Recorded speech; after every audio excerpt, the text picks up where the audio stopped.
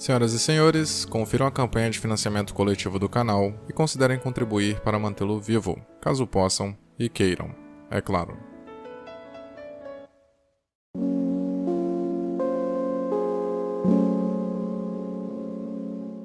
Rick and Morty é sem dúvidas um dos desenhos animados mais bem-sucedidos dos últimos tempos. E talvez esse sucesso seja até improvável porque não é como se ele fosse revolucionário em seu segmento. Existem várias outras animações que são subversivas, contra a cultura e polêmicas. Os Simpsons talvez seja o primeiro exemplo mais imediato nesse quesito, pelo menos em sua época de estreia e quando fazia mais sucesso, priorizando a qualidade ao invés da quantidade. Hoje em dia já perdeu muito do mérito e do prestígio, mas temos que reconhecer sua importância para o desenvolvimento de desenhos animados mais maduros e não apenas direcionados para crianças. Obviamente tivemos outros produtos subsequentes como Family Guy, South Park, BoJack Horseman. Claro que nem todos são exemplos de animações ácidas, sarcásticas e politicamente incorretas com palavrões, mas são produtos que lidam com assuntos mais maduros, que exigem um pouco mais de experiência e não é tão despretensioso em relação aos seus temas abordados. E Rick and Morty não esconde todas as suas referências e principalmente a sua semelhança com outros produtos, outras animações similares. E não só isso, com a cultura pop em geral. Tanto que muitos episódios e até os títulos desses episódios fazem referência a uma obra da cultura pop. A um filme, a uma série, a outro desenho animado. E eles não sentem vergonha disso porque eles sabem que nada se cria,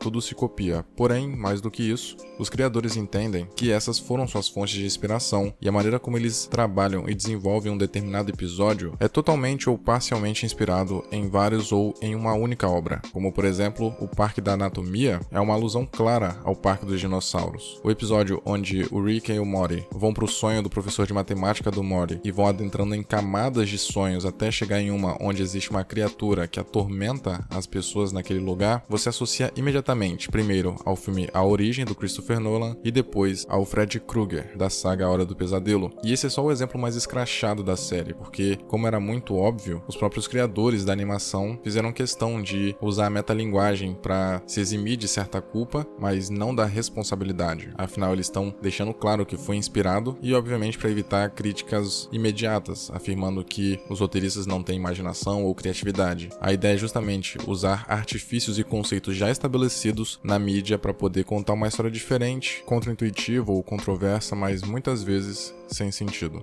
Por outro lado, a gente também tem os momentos mais sutis, onde você precisa ter uma certa bagagem de cultura pop, de ficção científica e estar atento, porque muitas dessas ocasiões acabam passando como se fossem uma vírgula no episódio. Aparentemente elas não têm importância ou é uma piada pontual e se você não tá completamente imerso na trama, simplesmente passa e você nem entende o que aconteceu. E particularmente eu gosto bastante das referências ou das homenagens em que eles não precisam necessariamente dizer implicitamente a que obra estão se referindo, mas fica bem claro devido a toda a caracterização do momento, como quando Rick precisa escapar de uma prisão de um colecionador alienígena e para isso ele replica todo o método dos alienígenas do filme Contato para fazer justamente contato com os seres humanos. Então no filme protagonizado pela Jodie Foster, ela constrói toda uma máquina, todo um aparato científico de valor tecnológico que a humanidade desconhece e ao usá-lo, a personagem consegue entrar em contato com aqueles alienígenas. Só que todo o filme é baseado na significância desse ato, na crença da personagem de que existe vida inteligente fora da Terra e na vontade dela de encontrá-la. Ou seja, existe todo um desenvolvimento, todo um preparo para esse momento. Já no episódio, onde essa ocasião dura cerca de minutos, a gente vê não só a subversão da expectativa, mas uma certa crítica ou apontamento à nossa necessidade de dar sentido a atos, às vezes, mínimos e irrelevantes. Então Rick faz o mesmo procedimento de enviar instruções para a Terra a fim de que alguma pesquisadora se atente àquele projeto e construa uma máquina para assim, ela ir até o encontro dele para que ele possa usar a máquina de teletransporte dela, ao mesmo tempo em que a personagem fica em seu lugar. E mesmo sendo uma passagem extremamente rápida, simplesmente para fazer essa piada pontual, ela não deixa de carregar muitas mensagens e principalmente abrir margem para especulação. Para aquela cientista, todo aquele tempo que ela passou construindo a máquina, especulando a respeito dos alienígenas e teorizando sobre o que iria acontecer quando encontrasse com eles, provavelmente foi o momento mais importante da vida dela, assim como a gente viu no filme Contato, onde a personagem da Jodie Foster estava deslumbrada com essa possibilidade. Mas pro Rick, que esperou cerca de segundos para que a nave da cientista chegasse ao seu local, foi como uma segunda-feira qualquer, onde ele se mete em algum problema e precisa resolver da maneira mais improvável possível. E nesse ponto da série, a gente já tem uma boa noção da falta de escrúpulos e de compaixão do personagem, mas não deixa de ser notável a facilidade com que o Rick troca de lugar com os dois indivíduos inocentes que enganou fingindo ser um extraterrestre, talvez destinando o resto de suas vidas a uma prisão eterna, demonstrando que realmente ele não se importa com o que precisa fazer,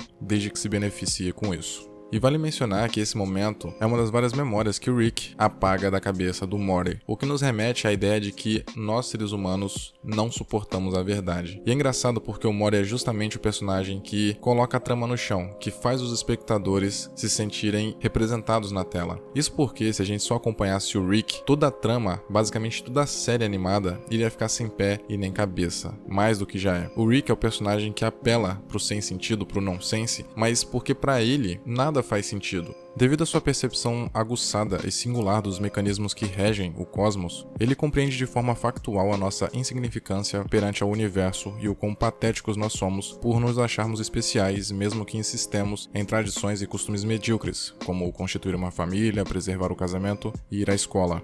Ou seja, o personagem tem um conhecimento tão vasto que todo o resto se torna irrelevante imediatamente. Então é muito difícil se apegar a um personagem que está acima da gente, em intelecto, em emocional. O Rick não consegue ser um personagem identificável, pelo menos no começo. É lógico que com as temporadas, com os episódios, com o desenrolar da história, ele vai se demonstrando mais humano do que a gente poderia imaginar. O que, de certa forma, é irônico, porque à medida em que o personagem é aprofundado de forma interna e sentimental, suas habilidades são drasticamente aprimoradas, ao passo que considerá-lo um deus não seria nenhum exagero. Porém, quando se começa a assistir Rick and Morty, o Rick já é um personagem imerso nesse mundo de aventuras, de tecnologia, de ficção científica. Então para ele é tudo rotineiro, é tudo muito comum. Desse modo, não teriam motivos, por exemplo, para o Rick explicar o funcionamento de certas interações, uma vez que tais verbalizações seriam avulsas. Portanto, a participação de um personagem exacerbadamente burro a princípio, como o Morty, não só é importante por ser um contraste cômico, mas por abrir espaço para algo mais palpável. Por ser justamente um elemento fora desse meio absurdo, o Morty acha tudo estranho, assim como nós, mas é só graças aos questionamentos do personagem que obtemos algum tipo de resposta, mesmo que seja insatisfatória. Contudo, inevitavelmente, chega um momento em que estamos tão familiarizados com a dinâmica da série e com a maneira como ela aborda seu microcosmo, que simplesmente paramos de contestar as coisas mais improváveis e impossíveis que recorrentemente aparecem na série. Só que pro Morty, que está envolvido diretamente naquilo, primeiro as coisas acontecem muito rápido e segundo com um impacto muito forte. E temos que lembrar também que ele é só um adolescente de 14 anos, ou seja, não tem maturidade suficiente para poder lidar com tudo aquilo da forma como acontece. Ele é o tempo todo submetido a situações de risco, de perigo, às vezes até tortura psicológica. Lógico que tudo de uma forma cômica, tudo para fazer piada, ser pontualmente engraçado, mas não deixam de ser ameaças constantes ao personagem se a gente faz uma análise fria. Por isso não é tão surpreendente descobrir que o próprio Morty desejava esquecer certas experiências. Esse conceito remete à própria ideologia do Rick, que considera o desejo civilizado do ser humano de seguir regras e normas um defeito. Se não nos apegássemos desesperadamente ao que é ético ou antiético, moral ou imoral, não sofreríamos tanto. É a ideia de que infringimos nossa própria dor, conscientemente através de métodos que nos limitam e nos privam de quem realmente somos. Por ter esse desapego de valores mundanos, o Rick é completamente livre de tabus e preconceitos, mas não de uma forma nobre ou porque ele é virtuoso, mas porque ele simplesmente sabe que nada faz sentido, que nada possui um verdadeiro propósito e que a gente só tá habitando o universo por um período extremamente minúsculo e quando a gente morrer, nada de especial vai acontecer. E é engraçado porque existe um episódio onde um extraterrestre, um sujeito de outra espécie, diz que precisa morrer pelas mãos de um guerreiro nobre para poder ir pro paraíso da sua cultura. E tirando todo o fato do Morty acabar plantando a dúvida no personagem e fazendo ele ir para o inferno, esse momento é interessante porque deixa claro que em determinadas culturas do universo da animação existe o pós-vida, e às vezes de uma forma tão enraizada que os seguidores de uma religião nem questionam os dogmas a que foram submetidos a vida toda, ao ponto de acreditarem cegamente que após uma morte gloriosa, irão para o paraíso. Mas nas culturas da Terra não existe uma comprovação visível do pós-vida, e talvez nem alcançável através de experimentos, pois o Rick nega a existência de Deus.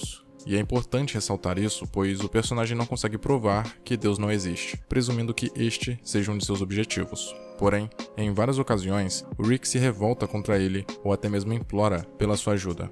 É claro que podemos apenas interpretar esses momentos como fruto do seu sarcasmo involuntário e da sua instabilidade emocional, que independe da existência de um ser místico e celestial, tratando-se apenas de um desabafo falsamente direcionado e momentâneo. Porém, é visível que estas são reações de um sujeito bem desiludido com a vida e com seu passado. Existem sugestões do que aconteceu e insinuações de que era tudo uma ilusão, uma farsa do Rick para poder sair ganhando de uma situação, mas é bem provável que tudo isso que ele tenha exposto em seu subconsciente seja verdade.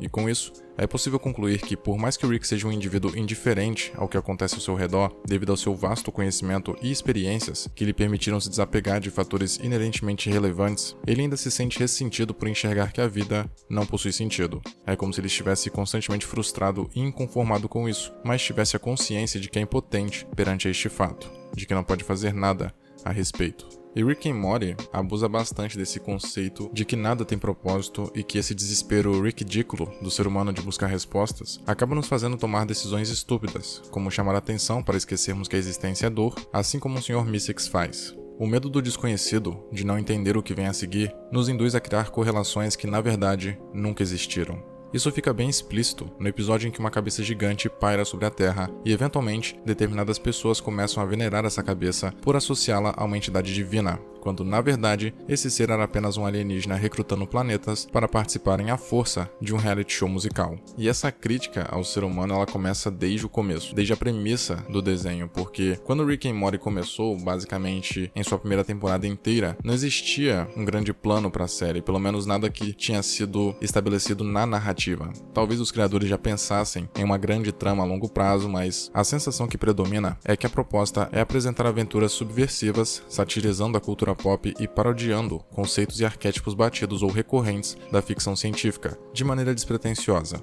Tanto que é possível assistir de modo avulso aos episódios, sem necessariamente seguir a ordem de lançamento. Não existe um grande arco que percorre toda a temporada. É lógico que isso acaba sendo uma característica de qualquer desenho animado e com o tempo vai mudando, as coisas vão evoluindo e de repente surgem mini arcos até se tornar algo maior gradativamente. Porém, essa falta de pretensão do roteiro nos primeiros episódios faz mais sentido porque casa justamente com o modo de pensar do Rick, indicando que nós, como espectadores, não precisamos especular e teorizar sobre cada aspecto da animação. Mas com o passar do tempo, o que é natural, a série precisava evoluir, ela não podia simplesmente ficar parada com os próprios conceitos, então todas as características dos personagens e daquele universo foram se desenvolvendo. O Rick foi se demonstrando mais humano, demonstrando compaixão, emoções, sentimentos, aspectos humanos que na primeira temporada não ficaram claros. Por exemplo, ele admite que tem amor pelos seus netos, a gente vê que ele tinha um passado onde ele era um sujeito completamente diferente, a relação dos pais do Morty vai se desgastando pouco a pouco até chegar em um potencial divórcio. A Summer, que era uma coadjuvante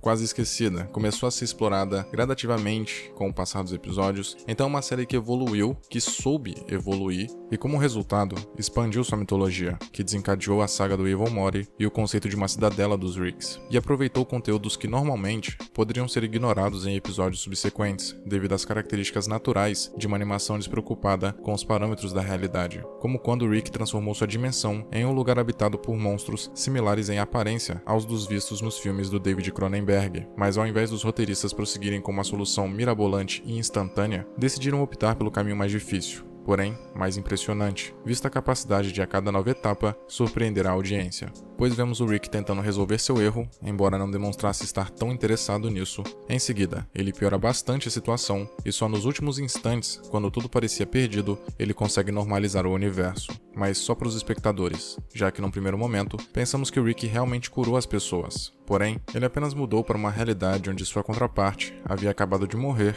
após ter revertido a infecção. Ou seja, nesse momento, Rick and Morty se provou preocupado em manter as consequências. E mesmo sendo um final trágico de episódio, assim como aquele em que o Rick quase comete suicídio por ter sido abandonado pela forma de vida coletiva conhecida como Unidade, o teor geral da série, bem como a continuidade do programa, permanece divertida e cômica, como se esses acontecimentos não tivessem importância. Possuem impacto e propósito, constroem um contexto e desenvolvem os personagens, mas por essência, são apenas ocasiões inusitadas e indesejadas para os personagens, mas assim como acontece na vida, necessárias para o amadurecimento pessoal de cada um. Por isso que apesar do clima ficar tenso algumas vezes, Rick and Morty sempre busca transmitir a ideia de que você tem que ficar tranquileba.